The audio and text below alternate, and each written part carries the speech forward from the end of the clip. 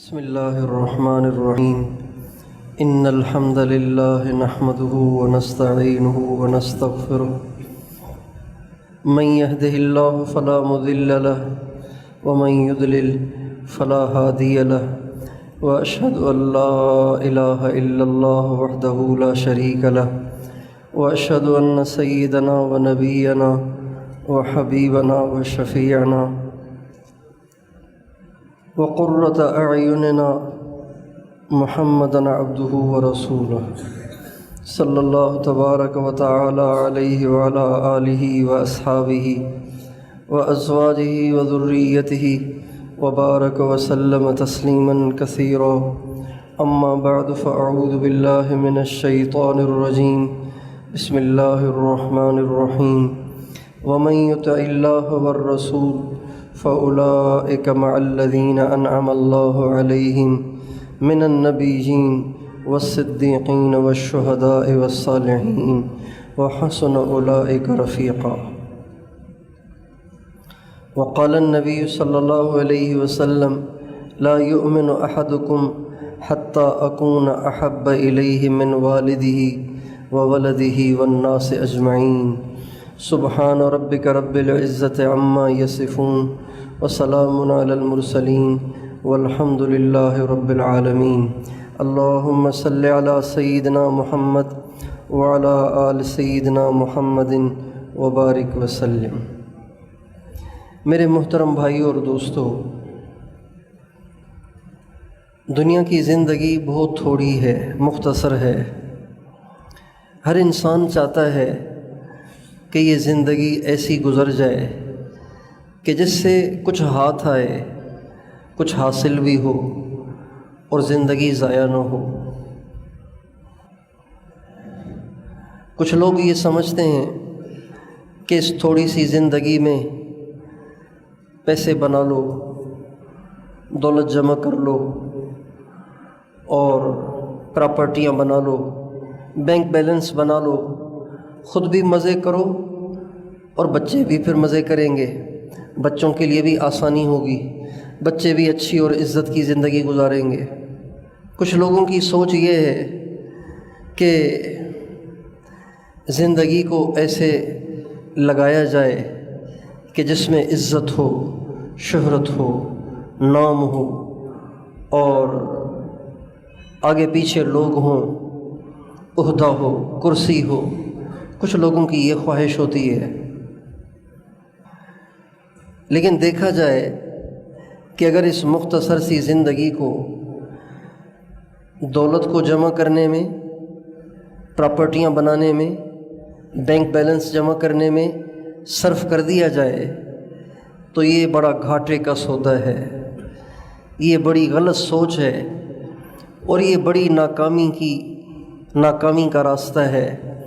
اس لیے کہ زندگی لگائی پیسے کو جمع کرنے میں، دولت بنانے میں، پراپرٹیاں بنانے میں، جب موت آئی تو ساری چیزیں اوروں کے حوالے کر کے انسان خالی ہاتھ چلا گیا تو نفع کا سودا تو نہ ہوا، گھاٹے کا سودا ہوا.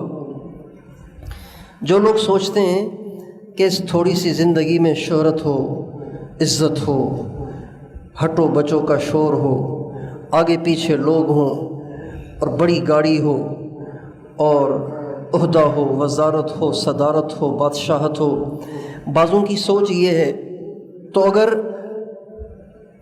ان کی سوچ کا بھی جائزہ لیا جائے تو یہ بھی غلط سوچ ہے، یہ ٹھیک نہیں ہے.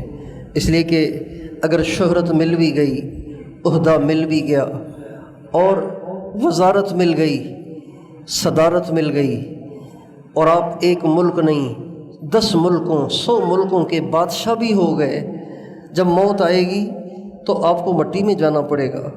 آپ کی شہرت ختم، آپ کا عہدہ ختم، آپ کے آگے پیچھے جو لوگ تھے وہ سب چھوڑ چھاڑ کے آپ کو مٹی میں دبا کے چلے جائیں گے. یہ دونوں سوچیں غلط ہیں، خسارے والی سوچیں ہیں. یہ دونوں راستے گھاٹے کے راستے ہیں، یہ دونوں سودے گھاٹے کے سودے ہیں. صحیح سوچ کیا ہے؟ صحیح سوچ کیا ہے؟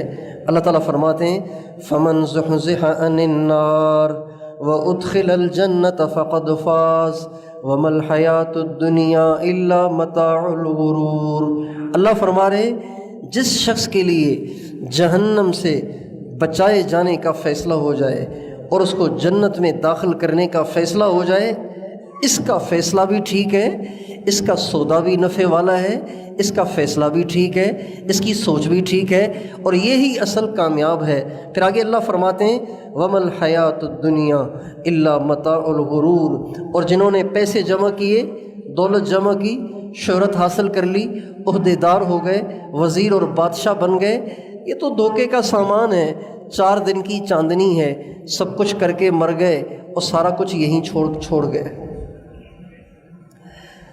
تو ثابت ہوا کہ سب سے بڑی کامیابی اور سب سے بڑا نفع کا سودا یہ ہے کہ انسان دنیا میں ایسی محنت کر جائے، ایسی کوشش کر جائے کہ جب دنیا سے جائے تو جنت کا حقدار ہو۔ آپ دیکھیں کچے مکان میں رہنے والے بھی مر جاتے ہیں، پکے مکان میں رہنے والے بھی مر جاتے ہیں،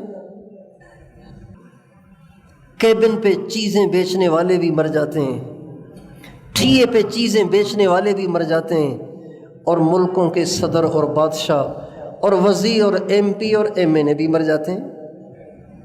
نہ ان کا عہدہ کسی کو یاد رہتا ہے، نہ ان کی فقیری اور غربت کسی کو یاد رہتی ہے۔ آپ قبرستان میں جائیں، ایک ہی لیول میں قبریں بنی ہوئی ہیں، اسی لیول کی قبروں میں مالدار بھی دفن ہیں، غریب بھی دفن ہیں، حسین بھی دفن ہیں، کالے کلوٹے سیدھے سادھے بھی دفن ہیں، اور جوان بھی دفن ہیں، بوڑھے بھی دفن ہیں۔ اس لیے کامیابی یہ ہے کہ جنت مل جائے، جہنم سے چھٹکارا مل جائے، باقی رہی دنیا تو وہ زیادہ سے زیادہ ہے ہی 60-70 برس۔ ہمارے نبی کا ارشاد ہے اعمار امتی ما بین 60 و 70، میری امت کی اکثر عمریں 60-70 کے درمیان ہوں گی، کوئی ہوگا جو اس سے اوپر جائے گا۔ تو تھوڑی سی زندگی ہے، اس میں سے آدھی تو آپ رات نکال لیں، باقی آدھی زندگی۔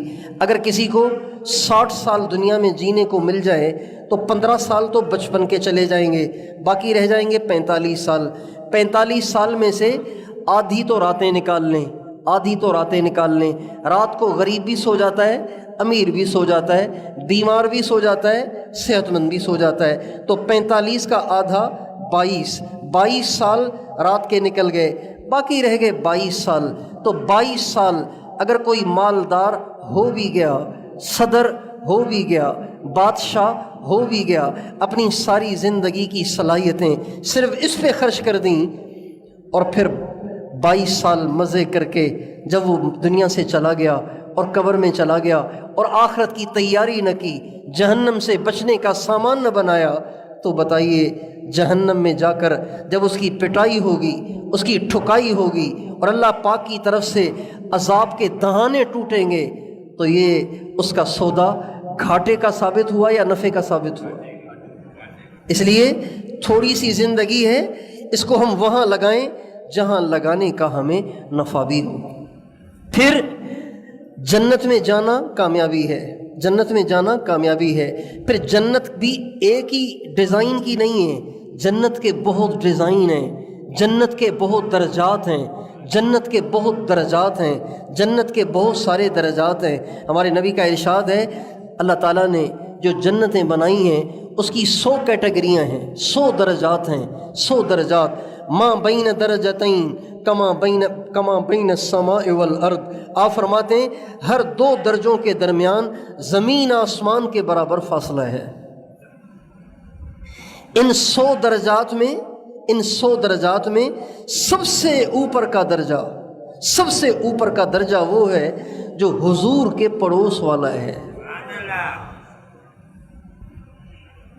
نبی کریم صلی اللہ علیہ وسلم کے پڑوس والی جو جنت ہے نا، یہ سب سے اونچا درجہ ہے۔ جب یہ سب سے اونچا درجہ ہے تو یہ سب سے بڑی کامیابی، اصل کامیابی جنت ہے۔ پھر جنت میں سب سے بڑا درجہ حضور کے پڑوس والا، تو سب سے بڑی کامیابی حضور کے پڑوس والی جنت کا مل جانا ہے۔ سب سے بڑی کامیابی کیا ہے کہ حضور کے پڑوس میں جنت مل جائے۔ چنانچہ کئی صحابہ کے بارے میں احادیث میں منقول ہے کہ انہوں نے نبی کریم صلی اللہ علیہ وسلم سے کہا، یا رسول اللہ آپ کے پڑوس والی جنت چاہیے، آپ دعا فرما دیں، آپ دعا فرمائیں آپ کے پڑوس والی جنت ہمیں اللہ تعالیٰ عطا فرمائے۔ فرعون دنیا کا بہت بڑا کافر گزرا ہے، بہت بڑا کافر۔ اس نے خدائی کا دعویٰ کیا تھا۔ اس کی بیوی حضرت آسیہ مسلمان ہو گئی۔ اس بدبخت نے حضرت آسیہ کو بہت ستایا، پہلے تو پریشرائز کیا، مجبور کیا، دھمکیاں دیں اور دین سے ان کو ہٹانے کی کوشش کی، لیکن حضرت آسیہ اس کی دھمکیوں سے متاثر نہ ہوئیں،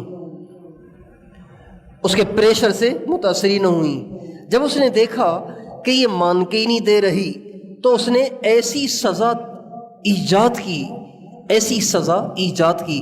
یہ سزا سب سے پہلے فرعون نے نکالی تھی، اس سے پہلے کسی نے کسی کو ایسی سزا نہیں دی۔ وہ سزا کیا تھی؟ وہ سزا یہ تھی کہ حضرت آسیہ کو زمین پہ لٹایا گیا، ان کو زمین پہ لٹایا گیا، ان کے پاؤں میں کیلیں رکھ کر زمین میں ٹھوک دی گئیں، ان کے ہاتھوں پہ کیلیں رکھ کر زمین میں ٹھونک دی گئیں، اب وہ ہل ہی نہیں سکتی، اور ان کو تپتی دھوپ میں چھوڑ دیا اور کہا تو باز آ جا ورنہ اسی طرح تڑپ تڑپ کے مر جائے گی۔ تو کتابوں میں لکھا ہے جب وہ کیلیں ٹھوک رہے تھے، انسان کمزور ہے، جب کیل ٹھکے گی تو کتنا درد ہوگا، اور کیلیں بھی وہ چھوٹی چھوٹی نہیں، موٹے موٹے کلے۔ جب وہ کیلیں ٹھوکی جا رہی تھیں تو حضرت آسیہ بادشاہ کی بیوی کتنی نفیس ہوتی ہے، انسان جتنا مالدار ہوتا ہے اتنا نفیس بھی ہوتا ہے، تو بادشاہ کی بیوی، خدائی کے دعوے دار کی بیوی کتنی نرم ہوگی، کتنی نفیس ہوگی، کتنی حساس ہوگی۔ جب ان کے ہاتھوں پہ پاؤں پہ کیلیں ٹھوکی جا رہی تھیں تو ان سے برداشت نہ ہوا اور ان کے دنیا سے جانے کا وقت قریب آ گیا۔ جب تکلیف کی شدت ہوئی تو اللہ تعالیٰ فرماتے ہیں اس وقت میری آسیہ نے مجھ سے ایک دعا کی۔ کیا دعا کی؟ رب ابن لی عندک بیتا فی الجنہ ونجنی من فرعون وعملہ ونجنی من القوم الظالمین۔ اے اللہ فرعون مجھے بہت ستا رہا ہے، اے اللہ میں اس کی ساری تکلیفیں برداشت کر جاؤں گی لیکن تیرے راستے سے نہیں ہٹوں گی، اے اللہ تو اس کے عوض مجھے اپنے نبی کے پڑوس والی جنت دے دے، اپنے نبی کے پڑوس والی جنت دے۔ رب ابن لی عندک بیتن، بیتن کا معنی گھر، عندک کا معنی ہے تیرے پاس، یعنی نبی کے پڑوس میں۔ تو کتنی سمجھدار نکلیں حضرت آسیہ، صرف جنت کی دعا کر دیتی تو جنت مل جاتی، لیکن انہوں نے جنت کی دعا بعد میں کی، نبی کا پڑوس پہلے مانگا۔ رب ابن لی عندک، اے اللہ اپنے قریب والی یعنی نبی کے پڑوس والی بیتن جنت عطا فرما، ونجنی من فرعون وعملہ ونجنی من القوم الظالمین۔ اے اللہ اس بدبخت فرعون سے مجھے نجات دے، اس کے ظلم و ستم سے نجات دے، بس میں اب دنیا میں نہیں رہنا چاہتی، دنیا میں نہیں جینا چاہتی۔ یہ دعا مانگتے ہی ان کی روح پرواز کر گئی۔ ہمارے نبی کی زوجہ مطہرہ ام المومنین حضرت خدیجۃ الکبریٰ رضی اللہ تعالی عنہا کہ جب انتقال کا وقت آیا تو انہوں نے ہمارے نبی کا بہت ساتھ دیا۔ جب ان کے انتقال کا وقت آیا تو ہمارے نبی نے فرمایا، خدیجہ آپ تو اب اللہ کے پاس جا رہی ہیں، جنت میں جا رہی ہیں، جنت میں جا رہی ہیں، جب آپ جنت میں جائیں نا تو وہاں آپ کو آپ کی سوکن ملے گی، اپنی سوکن کو سلام کہنا۔ تو حضرت خدیجہ کہنے لگی، یا رسول اللہ آپ میری سوکن کہاں سے آ گئی؟ میں آپ کی پہلی بیوی، میرے ساتھ کسی اور سے آپ نے شادی نہیں کی تو سوکن کہاں سے آئی؟ آپ نے فرمایا اللہ تعالیٰ نے فرعون کی بیوی آسیہ جس نے فرعون کی طرف سے مظالم برداشت کیے، چونکہ اس نے اللہ سے نبی کا پڑوس مانگا تھا تو اللہ تعالیٰ نے جنت میں اس کا مجھ سے نکاح کر دیا ہے، لہٰذا وہ تیری سوکن ہو گئی، جب تو جنت میں جائے اپنی سوکن کو سلام کہنا۔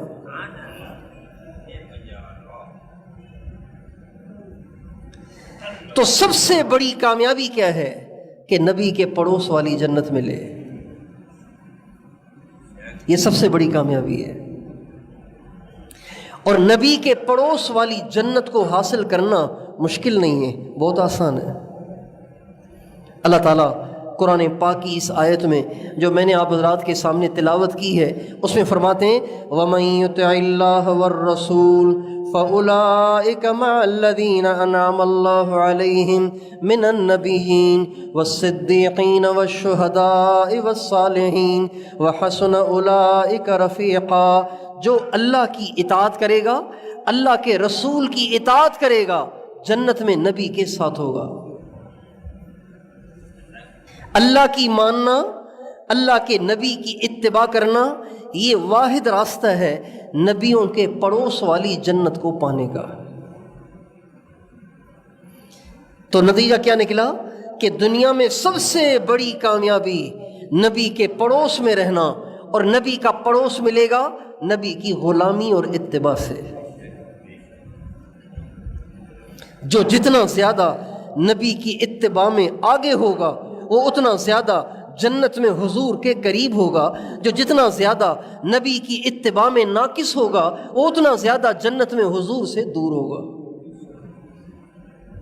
نبی کی اتباع میں ایک نمبر ابو بکر صدیق ہیں، لہذا جنت میں حضور کے سب سے زیادہ قریب ہوں گے۔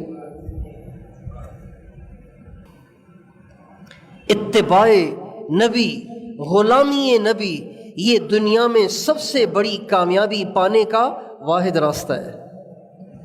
نبی کا کام، نبی نے کیا کیا ہے، نبی کا کام کیا ہے، نبی کی زندگی کیا ہے، نبی کی ادائیں کیا ہیں، نبی کا کھانا کیسا، نبی کا پینا کیسا، نبی کا بولنا کیسا، نبی کا چلنا کیسا، نبی کا اٹھنا بیٹھنا کیسا، نبی کے معاملات کیسے، اور نبی کا لباس کیسا، نبی کا ظاہر کیسا، نبی کا باطن کیسا، نبی کی راتیں کیسی، نبی کا دن کیسا، نبی کی اجتماعی زندگی کیسی، نبی کی انفرادی زندگی کیسی۔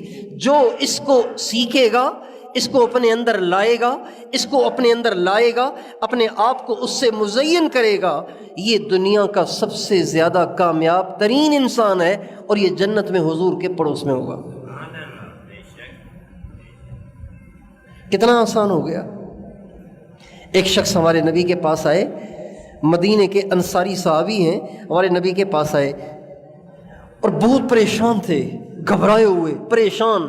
آپ نے کہا کیا ہوا؟ کہنے لگے یا رسول اللہ، ہمیں آپ سے اتنی محبت ہے، گھر بیٹھے بیٹھے جب آپ کا خیال آتا ہے تو ایک دم گھر سے بھاگ کے نکلتے ہیں اور آ کے آپ کا دیدار کرتے ہیں، آپ کا دیدار کرتے ہیں، ذرا دل کو آسرا اور تسلی ہو جاتی ہے اور دل ٹھنڈا ہو جاتا ہے، پھر دوبارہ گھر واپس چلے جاتے ہیں۔ اور اگر کبھی آپ کا دیدار نہ بھی ہو، رات کا وقت ہے، تاخیر کا وقت ہے، آپ تو گھر تشریف لے گئے، تو آپ کے حجرے کی دیواروں کو دیکھ کے ذرا دل کو آسرا ہو جاتا ہے، دل کو تسلی ہو جاتی ہے، پھر فجر میں آپ کی زیارت بھی ہو جاتی ہے۔ یا رسول اللہ، مجھے اس بات کی ٹینشن ہے، مجھے اس بات کی پریشانی ہے کہ مرنا تو ہم سبھی نے ہے، جب ہم دنیا سے چلے جائیں گے تو آپ تو پتہ نہیں جنت کے کتنے اونچے درجات میں ہوں گے، ہم تو آپ کے گنہگار امتی نیچے ہوں گے، تو جنت میں جب آپ کا دیدار نہیں ہوگا، آپ سے ملاقات نہیں ہوگی، تو جنت میں مزہ کیسے آئے گا؟ اس بات کی پریشانی ہے مجھے۔ آپ اندازہ لگائیے صحابہ کی سوچ کیا ہے، صحابہ کی سوچ کیا ہے۔ ہم کیا سوچتے پھرتے ہیں؟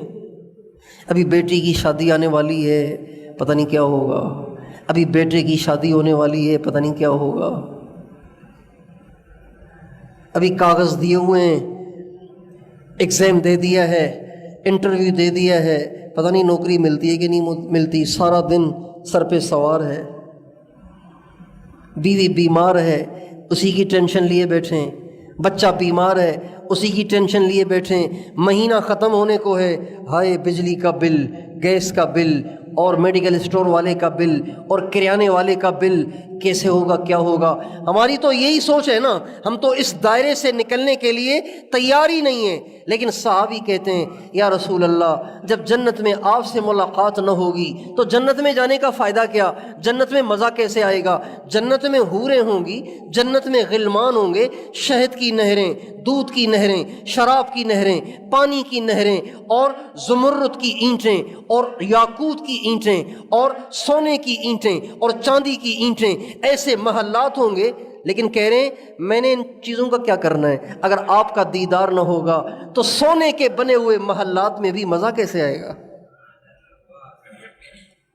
آپ علیہ السلام نے فرمایا گھبراؤ نہیں، المرء مع من احب. آپ نے فرمایا گھبراؤ نہیں، المرء مع من احب، تم جس سے محبت کرو گے نا جنت میں اسی کے ساتھ رہو گے. تو دنیا کی سب سے بڑی کامیابی کیا ہے؟ جنت میں جانا. جنت میں جانا، اور جنت میں جانے والوں میں بھی سب سے بڑا کامیاب وہ ہے جسے حضور کے پڑوس والی جنت ملے. اور حضور کے پڑوس والی جنت کے لیے کیا ہے؟ حضور کی اطاعت ہے، حضور کی غلامی ہے. لیکن اطاعت کرنا، اتباع کرنا، غلام بننا، غلام بن کر پیروکار بن کے زندگی گزارنا ہر ایک کے بس کا روگ نہیں ہے. اس کے لیے ضروری ہے کہ دل میں حضور کی محبت ہو. اطاعت بغیر محبت کے ممکن ہی نہیں. اطاعت بغیر محبت کے ممکن نہیں ہے. اطاعت وہ کرے گا جو محبت کرے گا. سب سے زیادہ ہمارے نبی کی اتباع اہل بیت نے کی اور صحابہ نے کی، اور سب سے زیادہ اللہ کے نبی سے محبت کرنے والے بھی اہل بیت اور صحابہ ہیں. حضرت علی المرتضیٰ رضی اللہ عنہ سے کسی نے پوچھا کہ اللہ کے نبی سے آپ لوگوں کو کتنی محبت تھی؟ تو فرمانے لگے اللہ کی قسم، شدید گرمی میں جتنی ٹھنڈے پانی کی پیاس ہوتی ہے اس سے زیادہ حضور کو دیکھنے کی پیاس ہوتی تھی.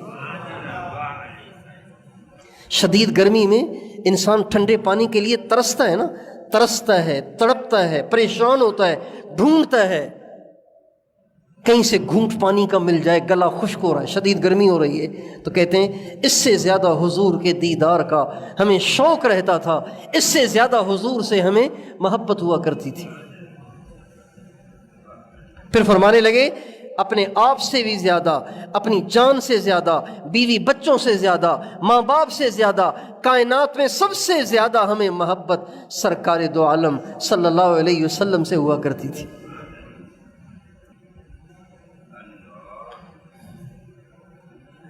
آپ علیہ السلام کا انتقال ہوا، تدفین ہو گئی. اس کے بعد ایک عورت آئی، اس کے بعد ایک عورت آئی.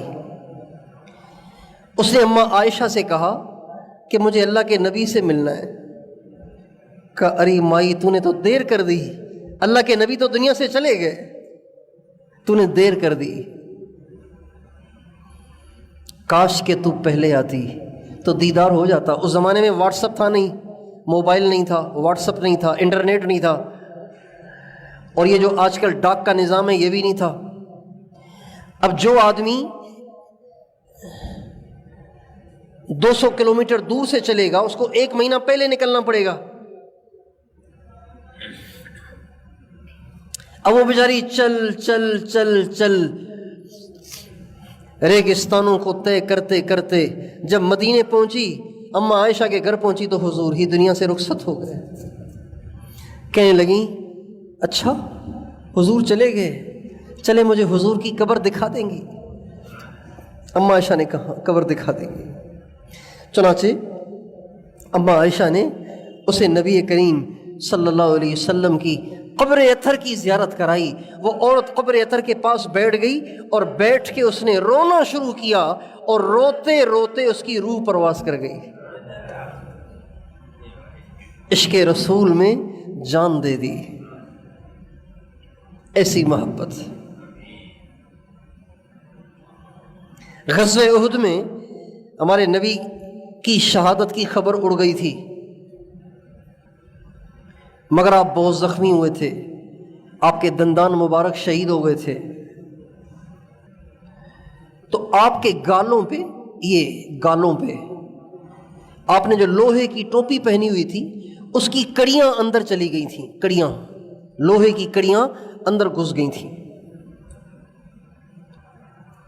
تو جب خون مسلسل بہتا چلا جا رہا ہے، کڑیاں اندر گھس گئی ہیں، آپ کے مبارک چہرے میں کڑیاں گھس گئی ہیں اور خون مسلسل بہہ رہا ہے، مسلسل بہہ رہا ہے۔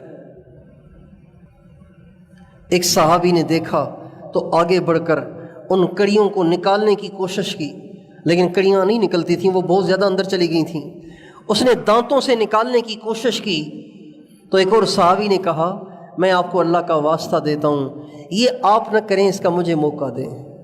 اللہ کا واسطہ دے دیا تو وہ پیچھے ہٹ گئے۔ انہوں نے زور سے دانت ڈال کے جب کڑی کو نکالا تو کڑی بھی نکل گئی اور دانت بھی نکل گیا۔ ایک اور کڑی نکلی، ایک اور دانت نکلا، ایک اور کڑی نکلی، ایک اور دانت نکلا، ایک اور کڑی نکلی، ایک اور دانت نکلا۔ یہ محبت کی انتہا ہے۔ حضرت اویس قرنی رحمۃ اللہ علیہ صحابی نہیں ہیں لیکن حضور کے زمانے میں تھے، ماں کی خدمت کی وجہ سے حضور کا دیدار نہ کر سکے۔ ان کو پتہ چلا کہ غزوہ احد میں حضور کے دانت شہید ہو گئے، تو اس نے سوچا میرے نبی کے دانت شہید ہو گئے اور میرے دانت سلامت ہوں، یہ کہہ کر انہوں نے اپنا ایک دانت توڑا۔ خیال آیا پتہ نہیں یہ ٹوٹا یا کوئی اور ٹوٹا، شاید یہ ٹوٹا ہو، ایک اور توڑا، ایک اور توڑا، ایک اور توڑا، یہ سوچ کر کہ شاید یہ والا نہیں اگلے والا ٹوٹا ہو۔ یوں ہی توڑتے توڑتے 32 کے 32 دانت انہوں نے توڑ دیے، حضرت اویس قرنی رحمۃ اللہ علیہ نے۔ ایسی محبت۔ غزوہ احد میں جب کفار کے تیروں کا نشانہ، تلواروں کا نشانہ اور نیزوں کا نشانہ حضور کو بنا دیا گیا، سارے تیروں کا رخ حضور کی طرف، سارے نیزوں کا رخ حضور کی طرف، ان کا ٹارگیٹ یہی تھا کہ ان کو ختم کرو۔ حضرت طلحہ رضی اللہ تعالیٰ عنہ نبی کریم صلی اللہ علیہ وسلم کے سامنے آ کے کھڑے ہو گئے، سامنے آ کے کھڑے ہو گئے۔ جو تیر آتا اس کو اپنے اوپر لے لیتے، جو نیزہ آتا اس کو اپنے اوپر لے لیتے، اور یہ بھی نہیں کہ طبیعت پریشان ہو رہی ہے اور طبیعت میں اکتاہٹ ہے اور طبیعت میں بے چینی ہے، بلکہ بشاشت کے ساتھ سارے تیر اپنے اوپر لے رہے ہیں اور کہہ رہے ہیں وجہی لوجہک الوقاء ونفسی لنفسک الفداء، اے اللہ کے نبی میری جان آپ کی جان پہ قربان ہے، میرا چہرہ آپ کے چہرے کے لیے ڈھال ہے، جو تیر آپ کے چہرے کی طرف آئے گا میرا چہرہ آپ کے لیے ڈھال بن جائے گا۔ یہ محبت ہے۔ غزوہ احد میں جب آپ علیہ السلام کی خبر، شہادت کی خبر اڑ گئی تو مسلمان پریشان ہو گئے، بڑے بڑے صحابہ احد کے دامن میں آ کے بیٹھ گئے اور نا امیدی کا شکار ہو گئے اور کنفیوز ہو گئے کہ اب حضور چلے گئے کیا ہوگا۔ تو حضرت سعد کہتے ہیں ہمارے پاس سے دوڑے دوڑے بھاگے بھاگے حضرت انس بن نضر گزرے، حضرت انس بن نضر، انہوں نے جو ہمیں بیٹھا دیکھا تو کہنے لگے کیا کر رہے ہو؟ کہ حضور شہید ہو گئے اس لیے پریشان بیٹھے ہیں۔ تو کہنے لگے جب حضور شہید ہو گئے تو پھر تم جی کے کیا کرو گے؟ اٹھو تم بھی کھڑے ہو کر اس چیز پہ جان دو جس پہ حضور نے جان دی۔ پھر کہنے لگے الجنت الجنت یا سعد انی اجد ریحہا من دون احد، اے سعد اللہ کی قسم احد پہاڑ سے مجھے جنت کی خوشبو آ رہی ہے۔ چونکہ احد پہاڑ پہ حضرت خالد لشکر لے کر مسلمانوں کو دھڑا دھڑ شہید کر رہے تھے، تو حضرت انس بن نضر کہنے لگے اے سعد اللہ کی قسم مجھے احد پہاڑ سے جنت کی خوشبو آ رہی ہے، انی اجد ریحہا من دون احد، مجھے احد پہاڑ سے جنت کی خوشبو آ رہی ہے۔ یہ کہہ کر دوڑ کے گئے، کفار کے مجمع میں گھسے اور شہید ہو گئے۔ ایسی حضور سے محبت۔ سب سے بڑی کامیابی نبی کی غلامی سے ملے گی، اور نبی کی غلامی اس کو نصیب ہوگی جو سب سے زیادہ نبی سے محبت کرتا ہوگا۔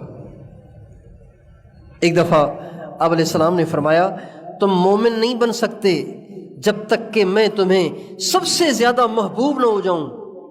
تو حضرت عمر کہنے لگے یا رسول اللہ سچی سچی بات بتاؤں، مجھے آپ سے، ماں باپ سے، بیوی بچوں سے سب سے زیادہ محبت ہے، لیکن اپنی جان سے زیادہ نہیں ہے، جان بہت پیاری ہے۔ حضرت عمر نے کہا، حضرت عمر کی طبیعت تھی کھری، منافقت نہیں تھی طبیعت میں۔ بعض لوگ سامنے کچھ ہوتے ہیں اندر کچھ ہوتے ہیں، اور یہ بہت بری بات ہے۔ ہمارے نبی کو یہ چیز شدید ناپسند تھی کہ سامنے کچھ اندر میں کچھ، سامنے کچھ پیٹھ پیچھے کچھ۔ انسان کو ایسا کبھی نہیں ہونا چاہیے، انسان کو ہونا چاہیے کھرا، صاف ستھرا، جیسا اندر ویسا باہر۔ اللہ کو یہ آدمی بڑا پسند ہے۔ تو کہنے لگے یا رسول اللہ سب سے زیادہ آپ سے محبت ہے، لیکن سچی بات یہ کہ جان زیادہ پیاری ہے، باقی سب سے زیادہ آپ سے محبت ہے۔ آپ نے فرمایا عمر تم مومن نہیں بن سکتے جب تک کہ مجھ سے جان سے بھی زیادہ محبت نہ کرو۔ کہنے لگے یا رسول اللہ بس آج میں نے طے کر لیا کہ آج کے بعد آپ مجھے جان سے بھی زیادہ پیارے ہیں۔ نبی کی محبت نبی کی اطاعت پہ لاتی ہے۔ نبی سے عشق ہوگا، نبی سے محبت ہوگی، نبی سے لگاؤ ہوگا تو نبی کی اطاعت کرنا آسان ہوگا۔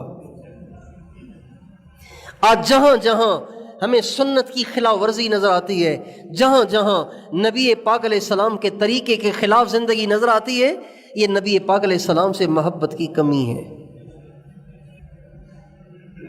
جتنی محبت ہوگی اتنا ان کا رنگ چڑھے گا، جتنی محبت ہوگی اتنی ان کی جھلک نظر آئے گی۔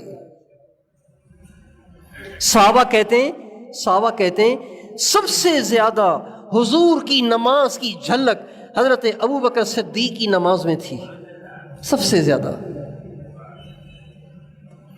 حضرت ابوبکر صدیق جب نماز پڑھتے تھے ایسے جیسے حضور خود کھڑے ہوئے۔ جتنی زیادہ محبت ہوگی اتنی زیادہ جھلک ہوگی، جتنی زیادہ محبت ہوگی اتنا زیادہ ان کا رنگ چڑھے گا، جتنی زیادہ محبت ہوگی اتنا ان کا غلام بنے گا، اتنا ان کا پیروکار بنے گا، اتنا ان کا تابع دار بنے گا۔ آج میں اور آپ اپنی زندگیوں میں غور کریں، کون حضور سے کتنی محبت کرتا ہے؟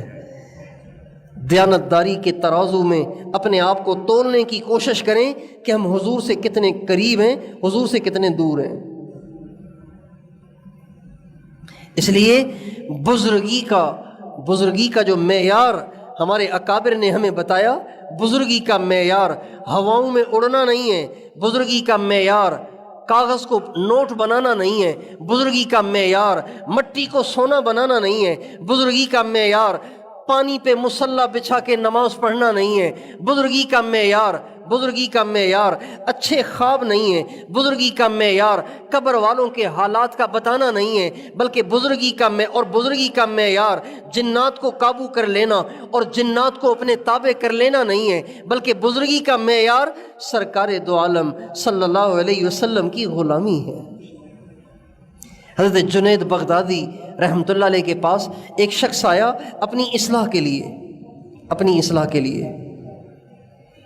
پہلے زمانے میں لوگ اللہ والوں کے پاس اپنی اصلاح کرانے جاتے تھے، جیسے آج کل لوگ ڈاکٹروں کے پاس جاتے ہیں نا، بیماری اپنے ظاہر کی اصلاح کرانے کے لیے، یعنی بیماری کی اصلاح کے لیے کہ بیماری ختم ہو جائے اور صحت مل جائے۔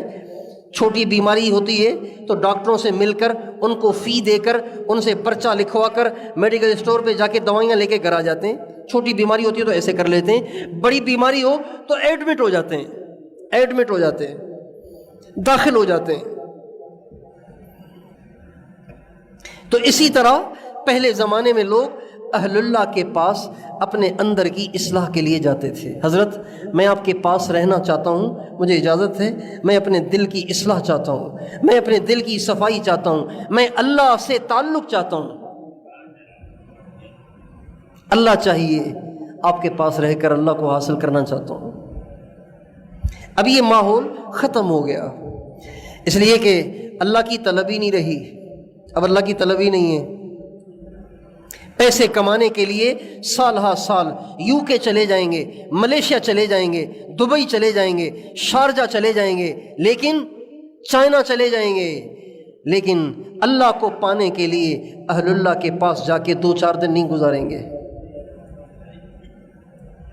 ہمارے حضرت مولانا محمد الیاس صاحب رحمۃ اللہ علیہ فرمایا کرتے تھے، جب میں میوات کے اجتماع پہ جاتا ہوں، میوات میں اجتماع ہوتے تھے نا، تبلیغی اجتماع ہوتے تھے، تو فرماتے تھے جب میں میوات میں جاتا ہوں نا اجتماع کے لیے، تو اجتماع میں کوئی ناچ گانا تھوڑی ہوتا تھا، اجتماع میں اللہ کی بات ہوتی تھی، بیانات ہوتے تھے، تشکیلیں ہوتی تھیں، لوگ اللہ کے راستے میں نکلتے تھے۔ فرماتے تھے جب میں میوات کے اجتماع میں جاتا ہوں تو واپس آ کر میں یا تو رائے پور جا کر حضرت شاہ عبد الرحیم رائے پوری رحمۃ اللہ علیہ یا شاہ عبد القادر رائے پوری رحمۃ اللہ علیہ کے پاس کچھ دن گزار کے اپنے دل کی صفائی کرتا ہوں، یا پھر سہارنپور جا کر اپنے شیخ حضرت مولانا خلیل احمد سہارنپوری کی خانقاہ میں کچھ دن گزارتا ہوں۔ جب میوات میں تبلیغی اجتماع کرانے جاتا ہوں تو میں اپنے دل میں تبدیلی محسوس کرتا ہوں، اس کی صفائی کے لیے رائے پور یا سہارنپور جاتا ہوں۔ اتنے بڑے اللہ والے، اور گئے تھے دین کے کام کے لیے، گئے تھے دین کے کام کے لیے، خریداری کے لیے نہیں گئے تھے، گھومنے نہیں گئے تھے، اجتماع کے لیے گئے تھے، لیکن واپس آ کے رائے پور میں اعتکاف کرتے یا سہارنپور میں اہل اللہ کے پاس اعتکاف کرتے اور اپنے دل کی اصلاح کراتے تھے۔ اللہ کرے یہ ماحول آج پھر بن جائے، اللہ کرے یہ ماحول آج پھر بن جائے، لوگ اپنے نفس، بگڑے ہوئے نفس کو لیے اہل اللہ کے پاس جائیں۔ حضرت نفس بگڑ گیا ہے، بد نظری کا عادی ہو گیا ہوں، شہوت پرست ہو گیا ہوں، زبان بے لگام ہو گئی ہے، سوچ بڑی گندی ہو گئی ہے، گناہوں میں زندگی گزار رہا ہوں، ڈرتا ہوں کہیں اسی حال میں مر نہ جاؤں، آپ کے پاس کچھ دن گزار کے اپنے نفس کی اصلاح چاہتا ہوں۔ اللہ کرے یہ ماحول دوبارہ بن جائے۔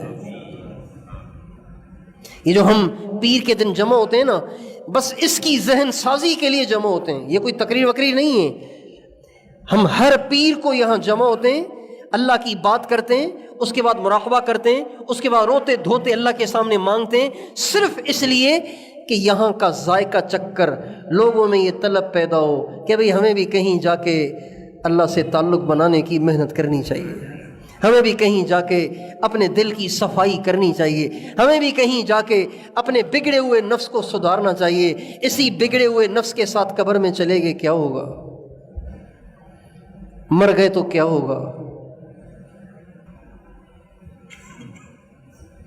جنید بغدادی رحمۃ اللہ علیہ کے پاس ایک شخص آئے اور کئی برس ان کے پاس گزارے، کئی برس، کئی سال گزارنے کے بعد ایک دن حضرت جنید بغدادی نے اس کو دیکھا کہ اپنا سامان باندھ رہا ہے، جانے کی تیاری کر رہا ہے۔ وہ پوچھا بھائی کیا بات ہے؟ کہا حضرت بس اب میں جا رہا ہوں، بہت عرصہ ہو گیا ہے آپ کے پاس رہتے ہوئے، بس اب میں جا رہا ہوں۔ کہا کیوں؟ کہا بس آپ میں کوئی کرامت تو مجھے نظر ہی نہیں آئی، لگتا ہے کہ آپ بھی میرے ہی جیسے ہیں، تو مجھے آپ سے کیا فائدہ ہوگا؟ میں روز انتظار کرتا ہوں میرے حضرت سے کوئی کرامت ظاہر ہوگی تو چلو ہمارا بھی ایمان تازہ ہوگا، ہماری بھی عقیدت میں اضافہ ہوگا۔ تو فرمانے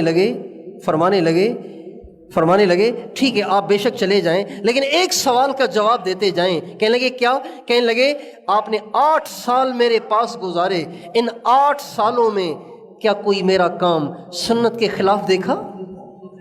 نبی کے طریقے سے ہٹ کے دیکھا؟ کہ یہ تو نہیں دیکھا۔ تو فرمانے لگے سنت پہ استقامت اختیار کرنا 1000 کرامتوں سے بڑھ کر ہے۔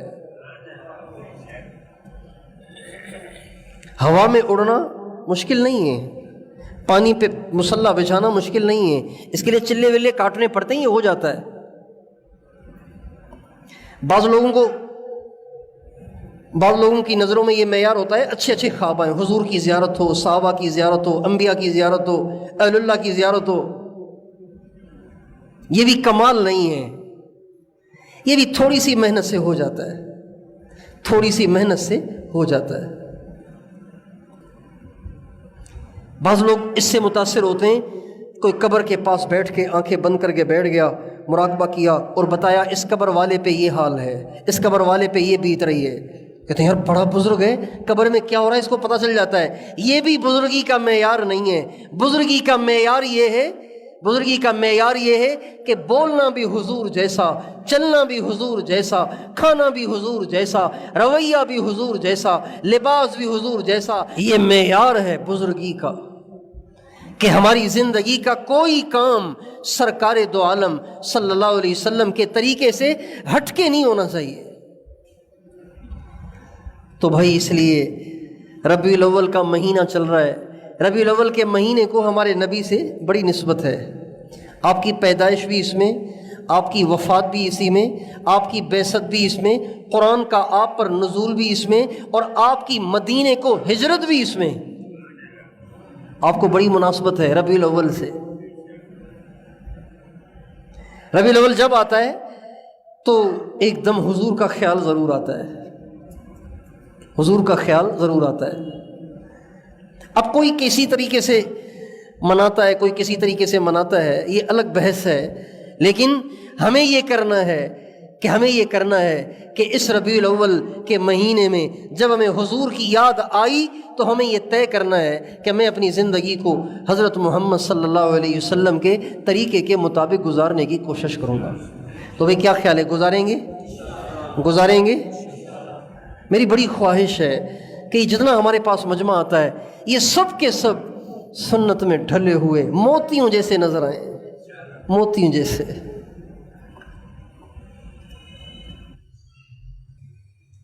اس لیے اندر میں ویسا نہیں ہوں، لیکن ظاہر ایسا بنا کے بیٹھتا ہوں تاکہ کسی کو دیکھ کر خدا کرے کسی کے دل پہ اثر ہو، وہ بھی پھر ویسا بننے کی کوشش کرے۔ تو آپ سب سے درخواست ہے کہ آپ بھی ویسا بننے کی کوشش تو کریں نا، کوشش کریں، سر سے لے کے پاؤں تک اپنے آپ کو سرکار دو عالم صلی اللہ علیہ وسلم کی سنت سے مزین کرنے کی کوشش کریں، اور اس کی اللہ پاک سے دعا کریں، یا اللہ مجھے سنت کا شوق نہیں ہے، مجھے سنت کا شوق دے، مجھے اس کی پیاس دے، تڑپ دے، طلب دے۔ جیسے نوجوانوں کو فنکاروں، ایکٹروں، ڈانسروں، سنگروں جیسا بننے کا شوق ہوتا ہے نا۔ میں سوچتا تھا جب چھوٹا تھا کہ یہ جو سائن بورڈ لگے ہوتے ہیں نا سڑکوں پہ، اس پہ موٹر سائیکل بیچنے کے لیے کوئی تصویر ہوتی ہے، اس پہ کسی فنکار کی تصویر آ جاتی ہے، ایک فنکار ہے، ایکٹر ہے، وہ موٹر سائیکل پہ بیٹھا ہوا ہے اور اس کا سائن بورڈ لگا ہوا ہے۔ پیپسی بیچنی ہے، پیپسی شاہد آفریدی کے ہاتھ میں اور یوں پینے لگا ہے۔ میں سوچتا تھا کہ یہ پیپسی بیچنی ہے یا شاہد آفریدی کو بیچنا ہے؟ تو تصویر پیپسی کی ہونی چاہیے، شاہد آفریدی کی تصویر کا کیا تک بنتا ہے یہاں پہ؟ تو بعد میں خیال آیا کہ ہماری نوجوان نسل چونکہ انہی کو دیکھ کے چلتی ہے، لہذا پیپسی ان کے ہاتھ میں دیکھے گی تو پیپسی پینا شروع کر دے گی، موٹر سائیکل پہ اس کو دیکھے گی تو موٹر سائیکل خرید لے گی۔ تو ہماری نوجوان نسل جیسے سنگروں کو، ڈانسروں کو، ایکٹروں کو دیکھتی ہے، اے کاش کہ یہ حضور کو دیکھنے لگ جائیں، ہر بات میں، ہر کام میں ان کو اس بات کی تڑپ اور تلاش رہے کہ میرے آقا کا کیا طریقہ ہے، میرے محبوب کی کیا سنت ہے۔ حضور بڑے خوش ہوں گے، اللہ کے نبی بڑے خوش ہوں گے اگر ہم اس کو اختیار کر لیں، اپنی زندگی میں لے آئیں تو حضور کو اس سے بڑی خوشی ہوگی۔ تو کیا خیال ہے، آپ سارے اس کی کوشش فرمائیں گے انشاءاللہ؟ داڑیاں سب رکھو، داڑھی رکھو چہرے پہ، مستقل ٹوپی پہنو، ننگے سر نہ رہو، اللہ توفیق دے تو پگڑی بھی پہنو۔ پگڑی میں انسان برا نہیں لگتا، اچھا لگتا ہے۔ یہ ایمان کی کمزوری ہے کہ پگڑی نہ پہنے اس لیے کہ پتہ نہیں عجیب سا لگوں گا، کیسا لگوں گا، نہیں، پگڑی پہنو، کوشش کرو سفید لباس پہنو۔ ہمارے نبی کو بہت پسند تھا، بہت پسند تھا، آپ کو سفید لباس ہمارے نبی کو بہت پسند تھا۔ شلوار اور کرتا پہنو، کالر نہ پہنو، کالر نہ پہنو، کف نہ پہنو، آستین رکھو، کرتے لمبے پہنو جو گھٹنے سے نیچے ہوں،